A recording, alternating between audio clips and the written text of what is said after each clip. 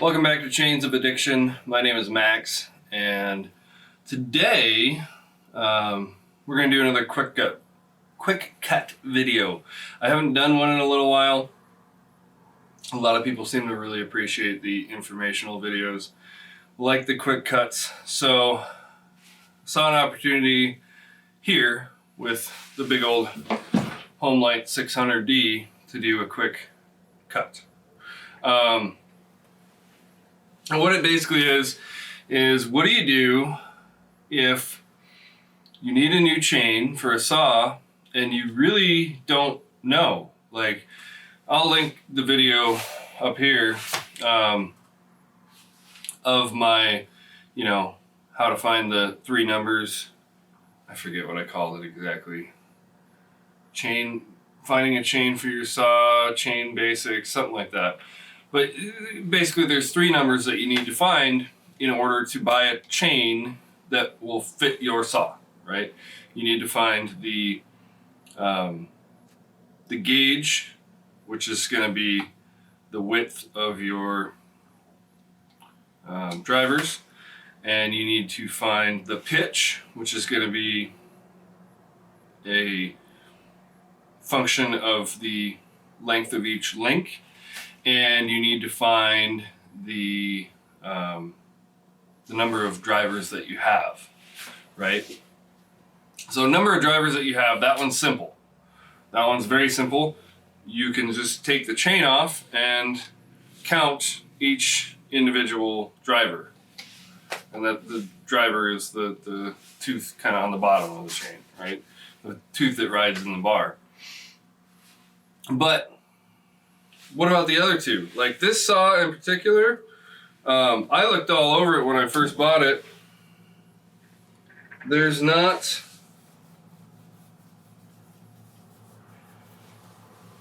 some markings on the bar, but there's not the markings that you need to find a chain, right? You need that pitch and the gauge, and you can't find them. So what do you do now? And honestly, I'm making this video because a subscriber finally commented on the original 600D video that they wanted to see this thing with a go fast chain. So I'm like, sweet, I'm gonna go order one. And then I realized that I don't remember all the information that I need to know. Well, I mean, I remember enough that I could figure it out real quick, but it led me to this video. So, how do you find the pitch and the gauge if you don't know? Well, if you're really experienced with saws and different chains and stuff, you probably have a pretty good idea just from looking at it. But if you're not really experienced with saws, or if it's a chain that's outside of your comfort zone, most people these days are going to be familiar with 050 gauge and 3/8 pitch and maybe quarter pitch, but probably 3/8 pico or the small 3/8 pitch chain. And that's going to cover most saws these days. So when you get something like this, that's, spoiler alert, not 3/8 pitch, and not 050 gauge, it can throw people off pretty good. So, yeah, my sister bought me this little tool, and I'm so glad that she did, because I probably never would have bought one for myself, but it is so handy.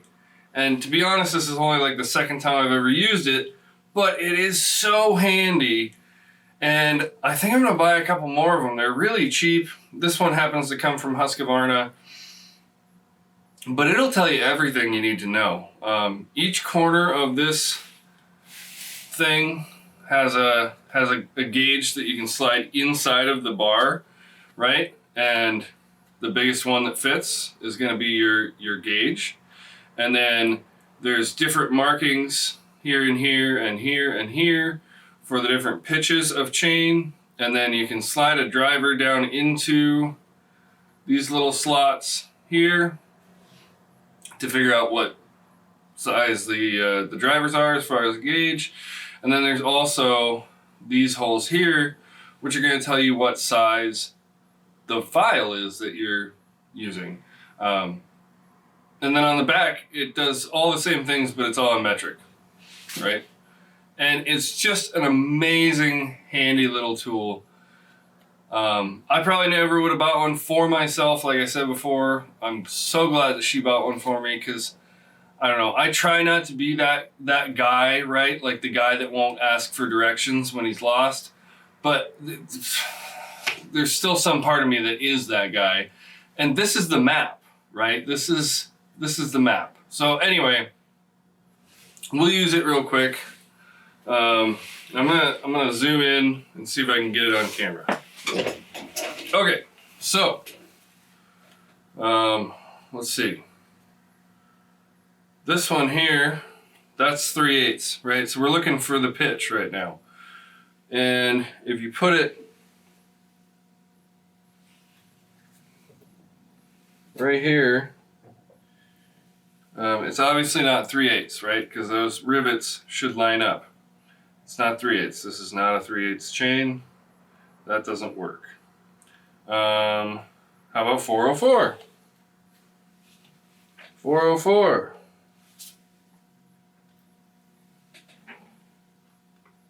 Hey, look at that. It's a 404 chain. Perfect. Now, what else do I need to know? Gauge. And to do that, I gotta pull the chain off. Well, I don't have to, but it makes it way easier. So I'm gonna do that real quick. Okay, so chain is off. We're gonna use the corners of this thing. So normally what you see is like small homeowner saws with quarter pitch. They're gonna be 0.043, and well, that sucker is loose in there. So that's not the one. Most real size saws, I guess, are 050. That's a really common size for a lot of saws now, even some of the small ones. And well, we're getting closer, but that's still pretty loose. So let's try 058. Now 058 is not a very common one at all, but we're getting closer. And then 063. Yeah. Look at that. Pretty snug fit, actually. That kind of surprises me. I thought this would be more worn out than that. So that's cool. And then just to verify, I mean, it doesn't really matter in this particular instance, but this chain should be an 063 gauge as well. So I'm going to just drop, oh, yep, it sure is. And it won't go into the, oh, actually it does go into the 058.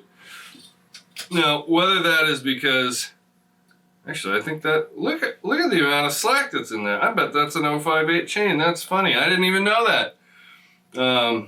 That kind of explains some stuff though. Okay, so now thanks to my little, I don't even know what this is called, chain identification guide. I don't know. I'm gonna call it the map, chain map. Thanks to my little chain map, now I know what size, what gauge the bar is, and what pitch the current chain is. Now, of course, I cheated a little bit, and you can look up a lot of things online. This saw would have originally come with a 404 sprocket, right? So that tells me that it's probably 404, and I think it probably is there. This has just got a strange clutch setup for the 60s for sure. So we need one more number, right? One more number. So what I'm gonna do, I found these. I'm sure a lot of people have seen them before, but if you haven't, this is awesome in any shop, but chainsaws as well. This is a Sharpie Pro. And the nice thing about the Sharpie Pro is that it works on wet and oily surfaces as well as dry.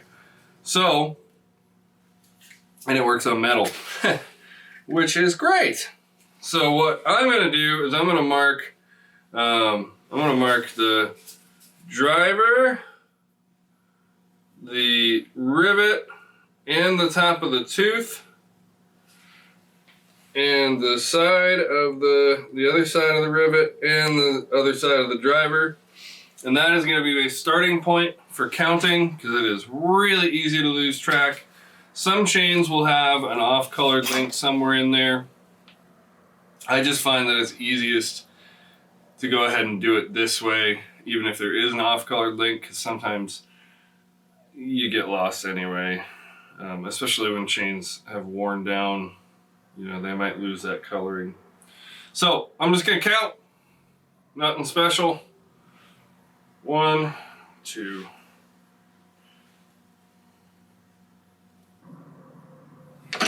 81 teeth. So I've got a 404 pitch. I've got, it should be an 063 gauge, although this current chain is not. And I have 81 drive links, and that'll get me a chain. There are absolutely places that you can order custom loops of chains online, and that's what I'm going to do. I'm going to order, I don't know what brand yet or anything. I'll figure it out. But I'm going to go inside right now, and I'm going to order a chain for this old home light, because I think it's going to be awesome. And now, especially now that I know that's funny, I never actually checked this chain before, but now that I know that it was the wrong gauge of chain, what that does is allows a lot of slop in the bar as the chain is going, and it makes binding much more likely. You get crooked cuts and waves in your cuts and stuff like that, because the chain and the teeth are able to wobble back and forth way more than they should. So that actually makes a ton of sense. If you've watched any of the videos of me using this big bad boy, I was having some issues with it binding, and some of the cuts were wobbly, but it didn't seem to, yeah. So that makes a ton of sense. I'm actually really happy to find that out, because I thought the bar was worn out, but it's not the bar, it's the wrong chain. So super cool. Yeah. Check these things out. I am in no way sponsored by Husqvarna, none at all. But that is a super duper useful tool, even for a guy like me who's around saws all the time. It's really nice to be able to verify, because sometimes your mind plays tricks on you. So anyway, I think that's it for today, guys. My name is Max. This is Chains of Addiction. This has been a sort of long, quick cut. Because I can't quit talking. But if you like what you saw here today, consider subscribing. And yeah, thanks for stopping by.